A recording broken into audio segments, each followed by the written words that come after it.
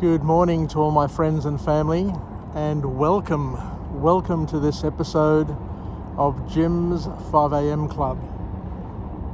As you can see, it's another spectacular Sydney summer morning. It's still dark as we get through February.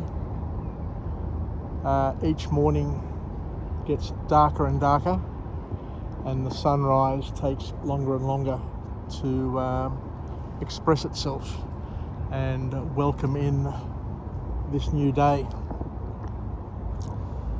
I've got another book summary today, a really interesting one which I'd like to share with you. And we've got the first run of the ferries just heading out from Circular Quay. How beautiful is Sydney at this time of the morning, where you've got the mystical and magical lights and the dance of the ferry boats. We've got our own little mini ferry race happening at the moment. Let's see who's going to be the first to cross and pass the Opera House. It's neck and neck. Anyway, what a beautiful start. What a glorious start to the day. And I also notice over here in the background, we've also got a mega yacht parked up. It's Clive Palmer's mega yacht. He must be in town spreading his fear, uncertainty and doubt with his partner in crime, Craig Kelly. But just unbelievable. So let's kick off with this book summary, see what we can learn, see where it leads us, and see if we can incorporate the learnings into our hump day Wednesday. So the book is entitled Optimal Living 101 by an author known as Brian Johnson.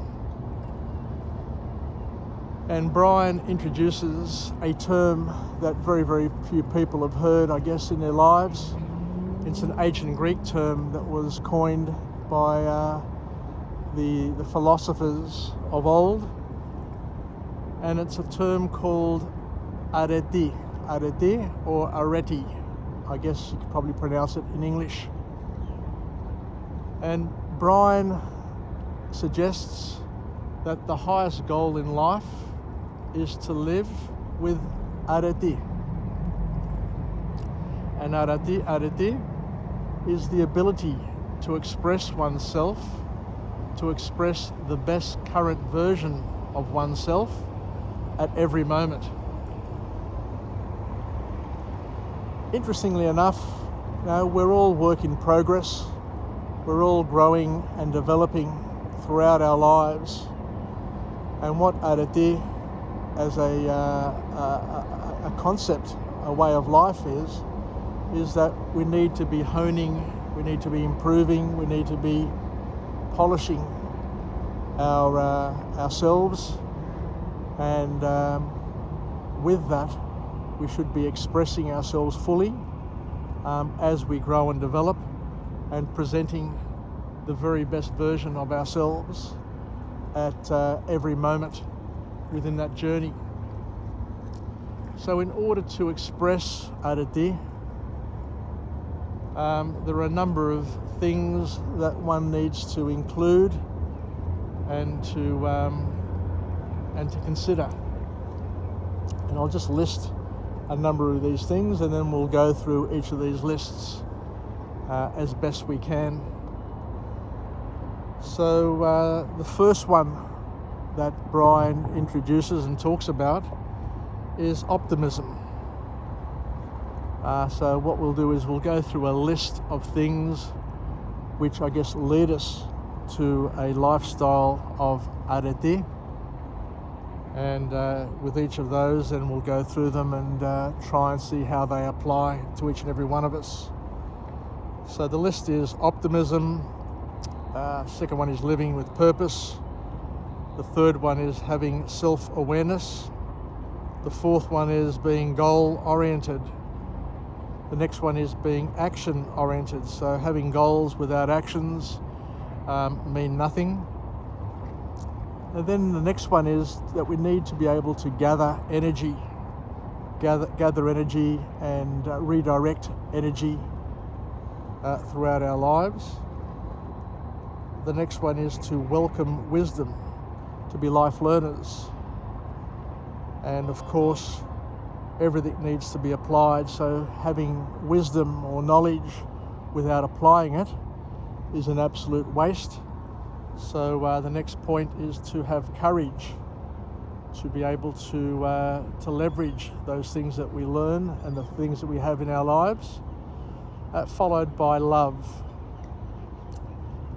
Love, and we'll talk about that in a little while. And the last point about living a life with arete is to seek entheos. Entheos. Once again, a new term, a term that many of us have never come across before in our lives, but something hopefully that we will learn as we move through this book summary this morning.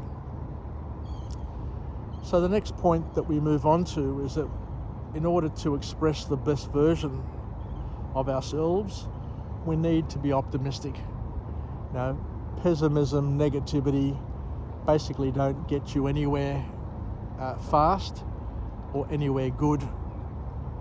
So the first thing we need to do is to be optimistic and to seek and look for the good in people, look for the good in life, and basically to live a life of positive expectancy.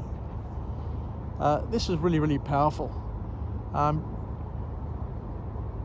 You can choose to live with positive expectancy.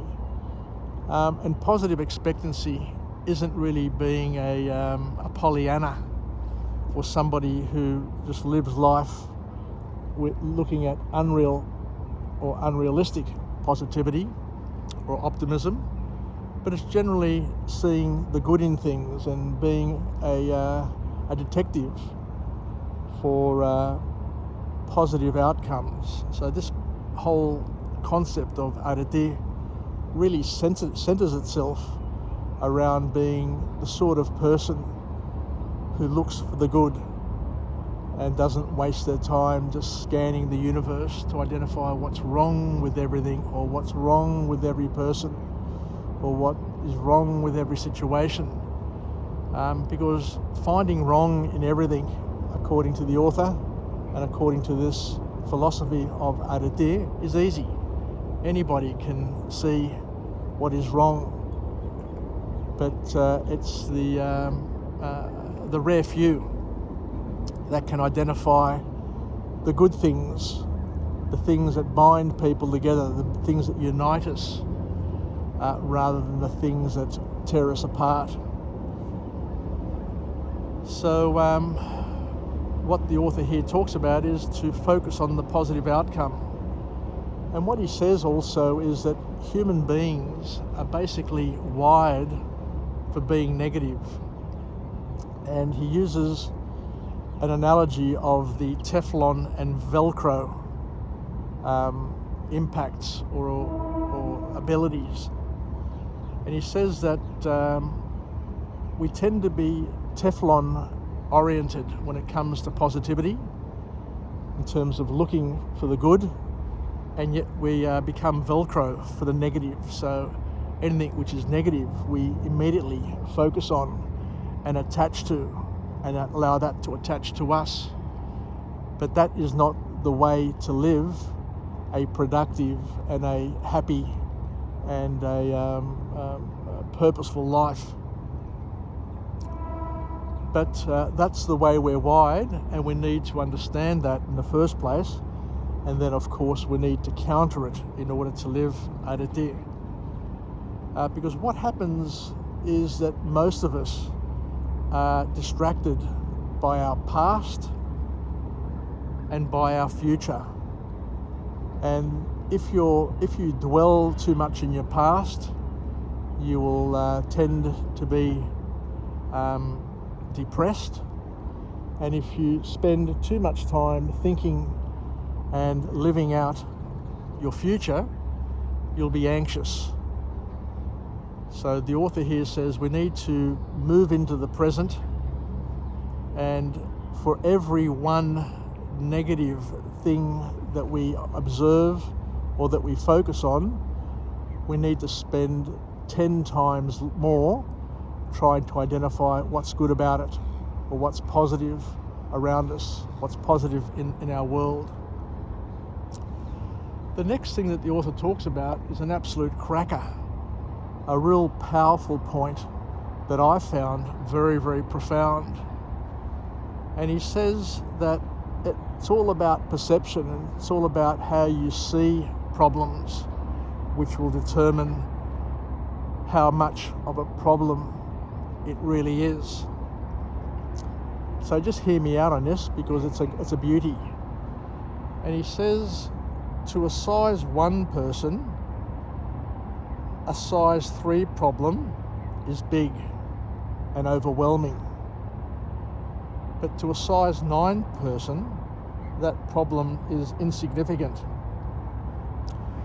So make a choice. We all have to make a choice. What size of person are you going to be when it comes to problem solving, when it comes to the problems and challenges that we will invariably face in our lives?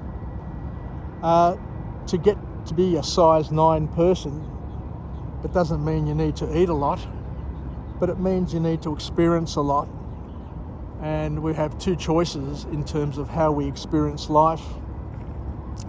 We can either experience it directly by doing things ourselves, which will limit us to the number of experiences that we get to experience firsthand.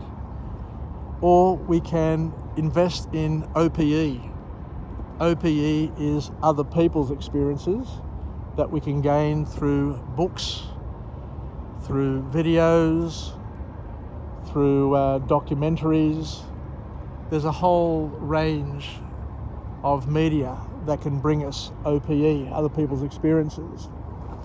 But all of those experiences, and it also comes in the form of families, the family stories that are handed down from generation to generation, storytelling.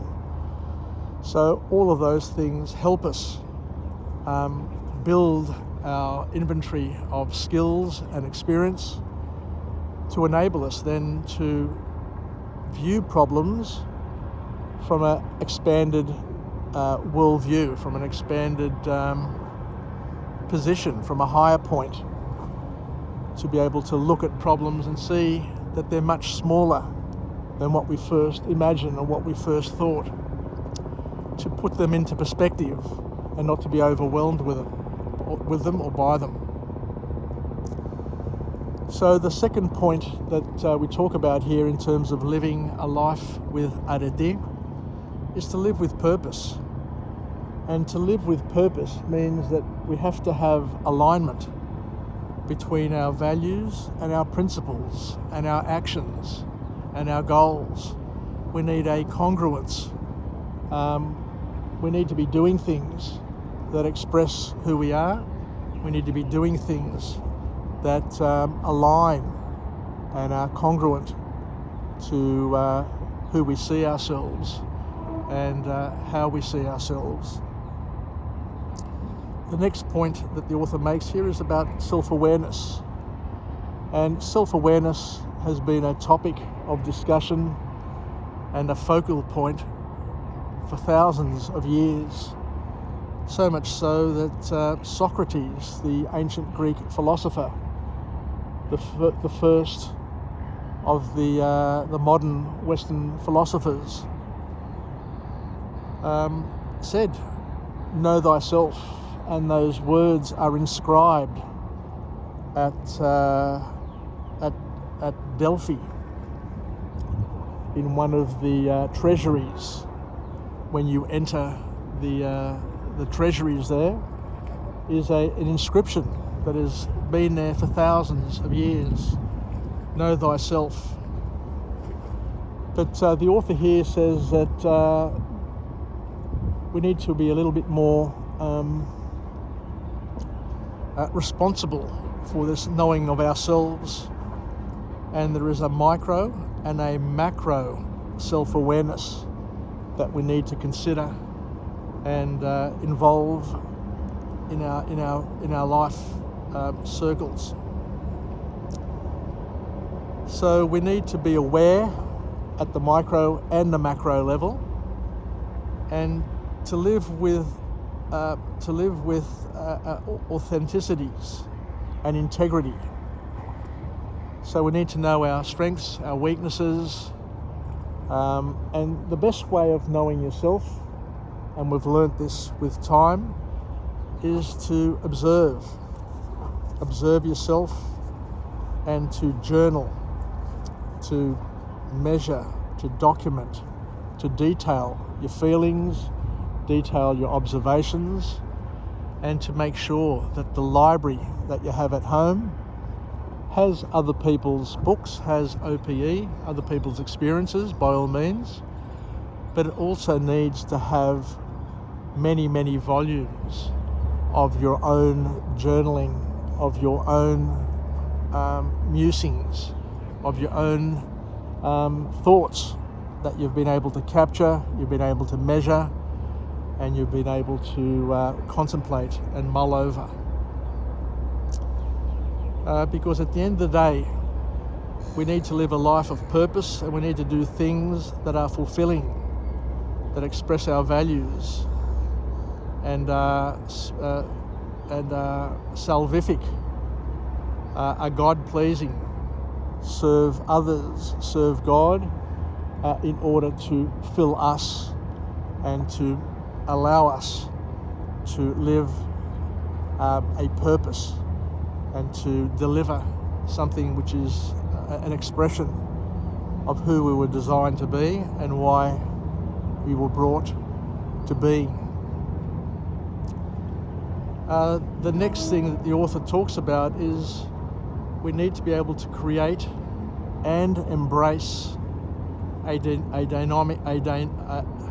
embrace dynamic tension.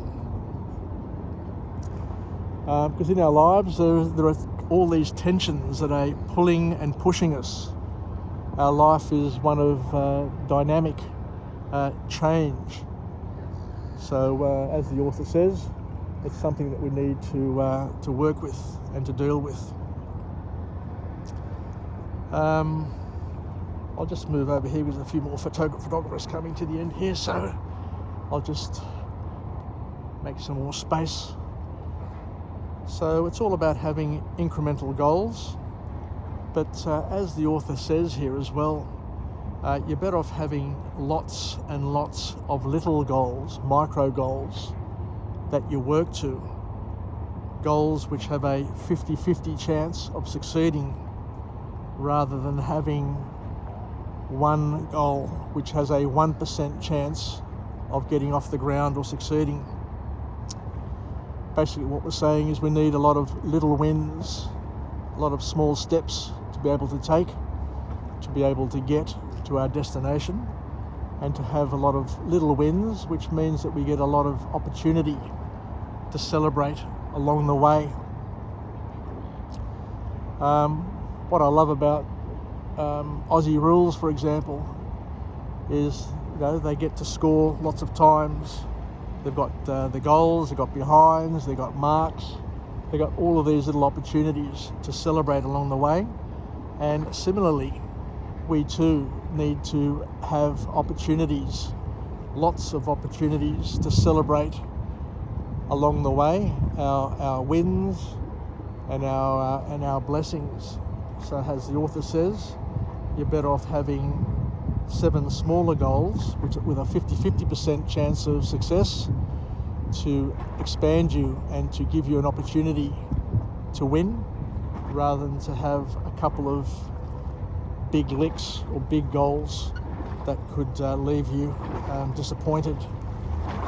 So we need to win. And the bottom line is, if you're living with purpose, you can't stop a person who knows where they're going. That's a very, very powerful thing that we've learned over time. But all the talk in the world, all the purpose in the world is of no consequence if you don't take action, because it's all about taking action. It's all about doing rather than thinking, rather than planning, rather than saying. So taking action is the next key point. But what the author also mentions is that because of our humanity, because of our rationality, there is a gap between stimulus and response, and that human beings are very different to animals, in that an animal will instinctively do things. There will be a stimulus and there will be a reaction, a instinctive reaction. The animal just does it. Doesn't have to think about it, it just does it, and it's automatic, and it's just programmed to be like that. Whereas we humans have the ability to think about the stimulus and then select the most appropriate response, as opposed to reacting instinctively without thinking. Some of us still need a long way to go in terms of improving that thinking and that the appropriateness of the response, but the ability is there for each and every one of us to make the most of the ability to use up that gap, because that gap is the foundry, is the engine room of Arete. The author here then goes on to say that we need to commit 100% to our plans and to our goals and to the things that we do, and to try and turn it into a game, and not to be fearful of failure. We actually need to welcome and embrace failure and to try and fail more, because by failing we're learning. By failing we get to reflect, and we get to go again and again and again, and be stronger every time we give it another crack.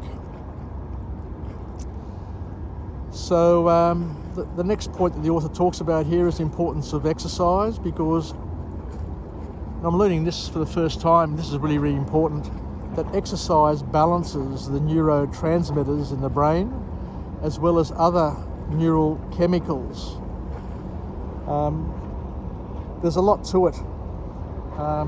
There's a lot to life, a lot that has been learnt over the years that may not have been passed on, but all of these things are important, and we need to live a life of balance, and that balance requires exercise and requires nutrition.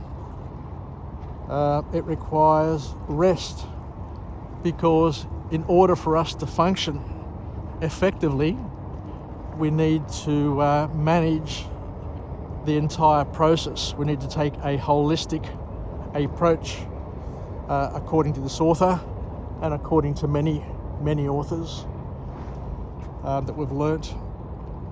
We need to learn, we need to be lifelong learners, so we need to read, we need to learn, and we need to teach. One of the things I mention time and time again in terms of one of the philosophies of Jim's 5 a.m. club is to live, learn, and pass it on. So the author then goes on to talk about the importance of choosing courage. We can't achieve very much without being courageous and basically stepping outside our comfort zones. The next point, so I'm almost at the end of this book summary, the next point is the importance of love. And this is where I've learned something new, so I'll pass it on as well. So we all know about the golden rule, which is to do unto others as you would do unto yourself. But the author here introduces the platinum rule, is to treat yourself well, to love yourself. So we've got the golden rule, which is important, to love others and treat others well. But we've also got the platinum rule, which is to treat yourself well and to leverage yourself and to accept and be good to yourself.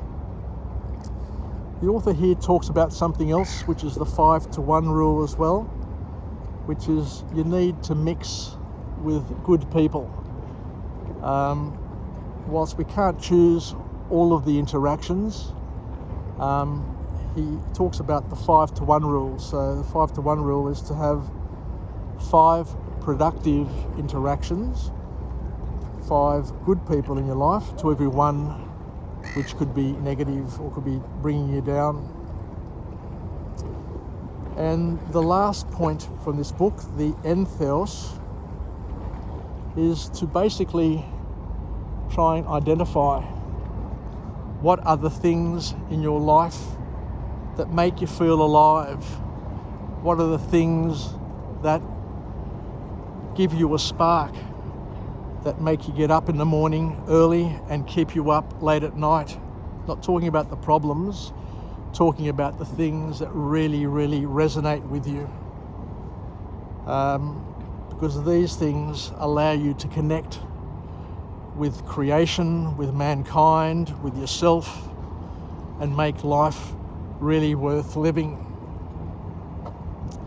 Because once you are able to connect and feel that you're living the life that you deserve, what you will do, according to the author, is you will radiate an energy, radiate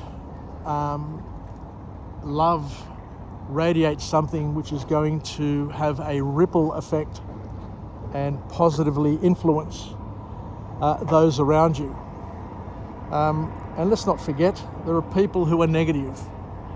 There are people who are Debbie Downers, who radiate as well. But what they radiate are things that are going to deplete, that are going to drain people around them. So the goal in terms of entheos is to try and radiate the positivity so that your influence is contagious, but in a positive sense. I think I'll leave it there for today. So thank you very much for joining me on this episode of Jim's 5am Club. It's been another really beautiful morning.